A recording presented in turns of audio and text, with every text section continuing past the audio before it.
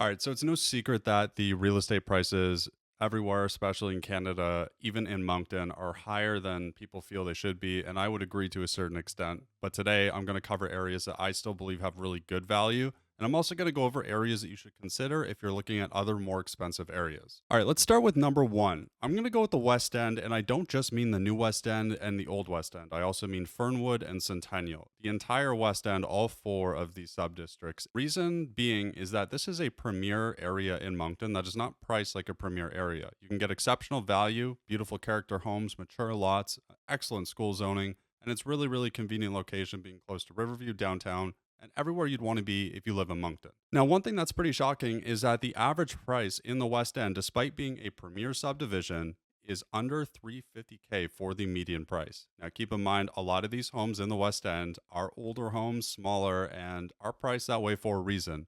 But the value that you get here for the size and the area, the lots, it's simply unmatched by anything else in the greater Moncton area right now. I think the West End is a strong buy at almost every single price point. It's almost hard to find bad value in the West End. And if you're someone that likes mid century modern, it's the best place in the city to find it. All right, next up, Garden Hill. So everyone knows about Victoria Park in Moncton. It's where you'll typically find some of our more gorgeous character homes, but a lot of people, especially people who are not locals, might not realize that one of the best areas that we have in the city is Garden Hill. And that's the area behind the French Hospital, also known as the Golden Triangle. And what really separates this area is, yeah, it's got a lot of nice, well kept homes, just like Victoria Park does, but a lot more money has been put into these homes over the years, and it really shows. It's a very unassuming area if you just drive by. But if you go in enough of these houses, you'll start to notice that the fit and finish in these is absolutely drop dead spot on. Now, the median price ranges quite a bit. One thing with this video is that as I start to go through these median prices, the sample sizes are going to be small because not only is Moncton and New Brunswick a relatively small sample size area, we are talking about individual subdistricts. So I'm going to include last year's median and this year's median. And the real median is probably somewhere in between. So the median last year in Garden Hill was 340K, and this year it's about 400K. Garden Hill is kind of all over the place. You have everything from duplexes, triplexes, and fourplexes, smaller bungalows, 1.5 story homes, and really, really gorgeous, large, unique homes. So I would recommend not paying too much attention to the median price and just making sure what you buy actually checks out on a price per square foot level to similar houses in the area. And I would also recommend comparing them to Victoria Park.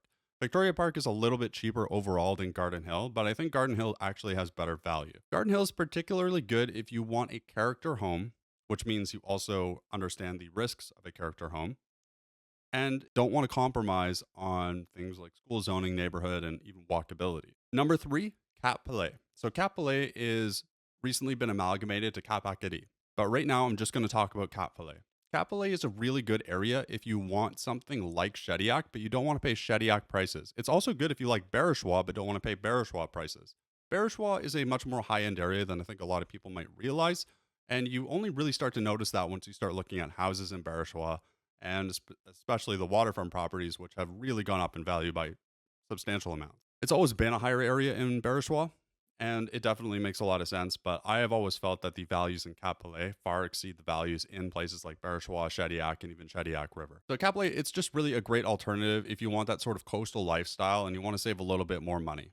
The median price in Cap Palais, and again, I'm going to try not to say this too much, but we're talking very small sample sizes here. So the median price in Cap Palais is about $300,000. And usually you can get an acre or close to an acre, which is not that big of a deal because for the most part, you're going to have municipal sewer systems. One of the best things about Cap Palais is Abateau Beach. Now, a lot of the locals here know this already, but Parley Beach is not the best beach in the greater Moncton area. Abateau Beach is definitely in contention, but I don't know if Abateau Beach is the best. I just think it's the best for me. Every time I want to go to a beach, Abateau Beach is the one that I go to. And it's been that way for at least 20, 25 years now. Now, as you go further away towards Chimagui and Trois-Ruisseaux, you get a little bit closer to the PEI bridge. And even if you go further, you go to Port Elgin. The further towards PEI you get, the cheaper they get and the better values they get. This is particularly good if you're someone that wants a cottage or an Airbnb, or even if you're someone that wants coastal farmland, which actually does exist and it's not crazy expensive. You just have to go to Port Elgin to find it. Outside of Port Elgin too, there's also different areas like Baie Verte, which has really really nice high end coastal homes. So it's really a nice, well kept secret in the Greater Moncton area, and it's a nice alternative to Barishaw if you're trying to save a little bit more money and don't mind driving a little bit longer. Next up, now this is not a cheap area, and it's going to surprise some people, but that's Irishtown. Irishtown, since at least 2017 and 18, has been a relatively hot area. It's been seemingly a seller's market longer than anywhere else in Moncton. However, the prices are still relatively reasonable when you consider how good of an area it is, how new and how large a lot of these houses are, and what they actually sell for. The median price in Irishtown is $480,000, which, when you consider the amount of new large builds there, is actually quite good. Some parts of Irishtown, particularly on Route 115, will have dual school zoning for both Le Sommet, which is a North End area, because Irishtown is actually in between the North End and the East End, as well as École de Champlain. They're not all like this, and it might not still be like this on some houses in Route 115 area, but I've seen it a few times now where people have that choice of school zoning, which is really, really nice, especially if you have a kid who's in French school. On top of that, it's also close to the new English Moncton High, which is really great if your kid is going to Moncton High and they don't have to go on a bus, or even if they could walk to school. Now, if that's a little bit too rich for your blood, you can actually drive a little bit further up and you can go to Notre Dame, or you can go to Saint Antoine. Each one of these is a little bit cheaper, and both of them together have a median of roughly 350K. They're a little bit further away, but if you don't mind that drive, it's definitely a way to save substantial amounts of money. Now, obviously, this median is lower because a lot of the homes here are also older and a little bit smaller, but if you're okay with that, it's a really good option. Next up, Colpit Settlement, Lower Coverdale, and Stony Creek. So Stony Creek and Lower Coverdale are very close to each other. There's a lot of really nice lots and houses in these areas. And what I've done is I've just kind of grouped them all together. I'm going to give you the median for each of the three. Colpit Settlement last year had a median of 330, and this year it has a median of 420K. And Stony Creek and Lower Coverdale have a median of 382K. And when you consider that you're also saving a lot of money in taxes because you're rural, it's a no-brainer. If you want something like, say, Upper Coverdale, but you don't want to pay Upper Coverdale prices, this is a great way to get around that. And another thing, too, that I really like about Colpit Settlement is it has a lot of what different parts of Salisbury used to have, and that's large lots with lots of privacy. Colpit Settlement still has that, which makes it quite a great choice if you want that old Salisbury feel and you want that privacy and you don't want to live in a subdivision. I'm particularly fond of the Lower Coverdale areas in general. The values are absolutely jaw dropping. I almost put this number two on the list. In fact, I don't even know if this list is going to be in order. These are just kind of the ones that popped into my mind and I wrote them down as soon as I thought of them. But I love it because if you want to go to Funday Park, it's very easy to get there. And if you want to go to, say, downtown Moncton, it's surprisingly a very quick drive. In fact, if you want, you could bike. It would not take you that long. Next up, these are multiple different areas, but McAllister Park, $474,000 average. Grove Hamlet, 400K average. Now, keep in mind, Grove Hamlet also is currently listed on our MLS system with an area called Twin Haven. They're very close to each other, but Twin Haven is a lot of newer, smaller, semi-detached, and Grove Hamlet is an old, mature area with a lot of large homes. So that median price might be a little bit unrealistic, especially with the small sample sizes. Also, Centennial Park, which Centennial I've already mentioned under the West End, but I'm also mentioning it in the specific category as older subdivisions in popular areas that people oftentimes forget about. And lastly, Kingswood. So Kingswood's price, 495K. Sorry, Kingswood, 459K. Centennial, 430K last year, 460K this year. And Grove Hamlet, I'm assuming, is close to that. What do these areas have in common? Not only are they older areas with large mature lots, but they're also areas with a lot of unique character homes. Specifically, if you like that English Tudor revival style of home, this area, or these areas in general, have a lot of that. Grove Hamlet for a long time has been one of my favorite areas, and Kingswood Park is probably the best area in the North End, in my opinion. What makes these houses potentially not as good for some people is that they can be chopped up. If you like open concept, a lot of the time these are not the best for that unless you're open to having walls opened up, which oftentimes will mean putting supporting beams into it or consulting a structural engineer, which I would recommend anyways if you're doing any sort of renovations that involve opening up walls. But if you're okay with doing that, the price per square foot that you get in these homes combined with the lot sizes is absolutely incredible. Here in New Brunswick, you usually look at the lot size in square meters, and it's not uncommon where you'll find over 1,000 square meters of property for these houses. Next up, These specific areas in the North End, which have always been sort of a budget area in the North End, and as of right now still have pretty good value. That would be Hamilton Heights. So that's the area around Ashley Park. So if you go up Evergreen Drive, it's going to be those little subdivisions to the right. So that little park there, which used to actually be a little bit sketchy. It was never sketchy. It's always been the North End, but that used to be where the troublemakers used to hang out. Um, I used to be one of them. That's how I know this.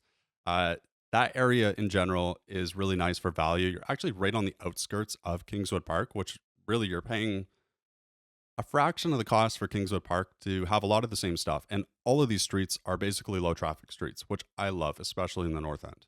Outside of that is Hildegard. So Hildegard's median price is about 375K. Hildegard is when you turn onto Hildegard, obviously from Mountain Road. So the area across from the Shoppers and the Lounsburys. If you go up that road from Mountain Road and you turn a left, that whole subdivision is Hildegard. Now, why do I have Hildegard here and not Roxborough Park or Rosemont Park on the opposite side?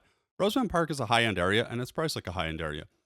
Um, Roxborough Park has one thing that Hildegard doesn't have. Hildegard, you don't have to take a left onto Hildegard to go to work.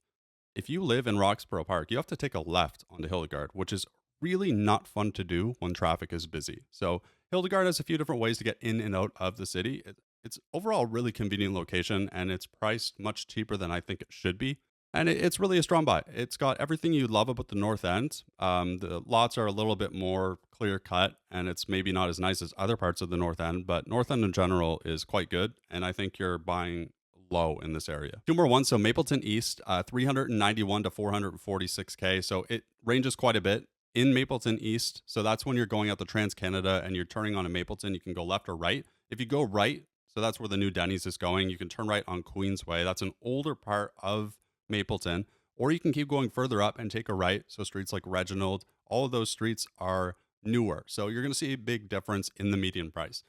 If you want large lots with lots of privacy, turn right on Queensway. It's only a couple of streets, so Candlewood Drive and Cherry Lawn. They are amazing areas with large private lots. They're quite nice. And they also have a really nice basketball court if you are into that sort of thing. Outside of that, there are, of course, a lot of nicer subdivisions if you go a little bit further up. And outside of that, you also have Mountain Woods. So Mountain Woods is actually sort of a golf course community. And as of late, it's really, really been a destination where a lot of people go to build really, really high end, large homes. So if you're someone that's looking to buy land and build a really nice big house, don't rule out Mountain Woods because it should be on your list of consideration. Now, I'm not going to list the median price in all of these because the sample sizes get smaller and smaller, especially when you talk about these niche areas in the North End. Next up, I'm just going to call this the other side of Mountain Road. So areas like Sheridan Green, Canadian Heights, and Valhalla. Canadian Heights is streets like Chelsea Road and Dawn. Valhalla is streets like, Brampton, that sort of area. And then you have Sheridan Green, which is, of course, Sheridan Green. All those streets are basically the same area. The key to winning here, you want to ideally stay off of the really busy streets like Frampton. But outside of that, you're getting really good value. For a long time, these homes were priced like North End homes, but didn't have the same school zoning. However, over the last probably 7-8 years, they actually do, which means there are no drawbacks to this area, and it should be something you consider. One of the things I love about this area is that it's easy to get in and out of, especially if you have to take the Trans Canada. All right, next up. So this is number 9. Two different areas that are very close together and offer a lot of the same thing, and that's Louisville and Sunnybrae. So the median for Louisville is 357, and the median for Sunnybrae is 317. Louisville is a very large area. So if you know about Shediac Road, a lot of Shediac Road is actually part of Louisville. However, Louisville Road, all the streets to the right and the left when you get off of it are also Louisville. So Pleasant, Mill, most of Mill, not all of it, Ringwood, Bath, Bathurst, Gloucester, a lot of these streets, but you also have streets on the other side of Shediac Road, which is the better part of Louisville, I guess you could say. And there's a lot of streets in there. Highland View would be the furthest east. So everything in between Shediac Road and Highland View is essentially also part of Louisville. Now, that would be my preferred part. So streets like Castle Drive, all those areas are really, really nice. And they're also quite close to areas like, Grove Hamlet, which is on this list, as well as Savannah Heights, which is a newer subdivision off of Shediac Road, as well as Camelot Estates, which is a very high-end area off of Shediac Road as well. One of the things that I find Kind of surprising. And honestly, this applies to me too, is I think a lot of people don't realize how much of a high-end area Sunny Brae has become. A lot of money has gone into that area, and just like Garden Hill, the homes have been renovated exquisitely. It's a very charming area. And unlike Garden Hill, it's not as unassuming when you start to drive through the nice areas because you can see it on the outside of the houses quite well. There's been a lot of care and effort put into taking care of these homes. One of my favorite parts, just in general, about the east end of Moncton, you have a lot of really good highway access. So you're close to the Wheeler Boulevard, you're close to Highway 15, you're also close to the Trans Canada, but you're not too close. You're just close enough. So it's very convenient. You're 10 minutes from downtown, depending where you are. It's a surprisingly walkable area too, and it's close to the mall if you are into that sort of thing. All right, number 10. Now, this is a very, very niche one, and it's Domaine Nature and also Greater Lakeburn. And I have no data for this because it is a very niche area. And for the most part, this is an area where you buy a land to build really nice big homes in. Why is it on this list? It's not even because the homes and the lots are cheap. It's because the taxes compared to what you pay in Dieppe Fox Creek Gulf community are much cheaper. So if you have a massive budget to build a really, really nice big home, you should really consider Domaine Nature. So you're technically in Greater Lakeburn outside of Dieppe, but you're really not that far outside of Dieppe. And the amount of property that you get out there, it's really not uncommon to get, 2.5 acres, as well as really, really nice, well built homes for the most part. All right, now we have two more on this list. Next up is Bouctouche. Similar to Cap Palais and similar to Chimagui, it's an area that people should consider if they simply want coastal living and maybe can't afford something like a Shediac or a Barishaw. Bouctouche has a lot of different areas in it. It's got Saint Marie de Kent, it's got St. Paul, and it's really popular if you're looking to do homesteading, if you want to start a farm, or if you want really nice, gorgeous views of the river. There's a really nice river in Bouctouche. And it's also just a really nice area in general. The area has a really tranquil feel. And if you're someone that likes that, it's something you should really consider, at least drive through it. All right. Last but not least, this list was in order, which I don't think it is. This would be much higher. So Central Dieppe, areas like Herald Street, Virginia, everything that is either close to City Hall or close to Rue de Malchet. So this is where downtown Dieppe is really starting to form and really take on a life of its own, or it's coming into its own. That's how I would describe downtown Dieppe. I think over time, downtown Dieppe will surpass downtown Moncton. And as a result, I think it makes a lot of sense to buy up property around downtown Dieppe. They do a great job developing, and they are becoming a very walkable city and a very bikeable city. So I think it has a lot of appeal, especially for young adults and young families. Anyways, as usual, I'm just a realtor in Moncton, so these opinions are my own. They do not represent other realtors, my office, or anything like that.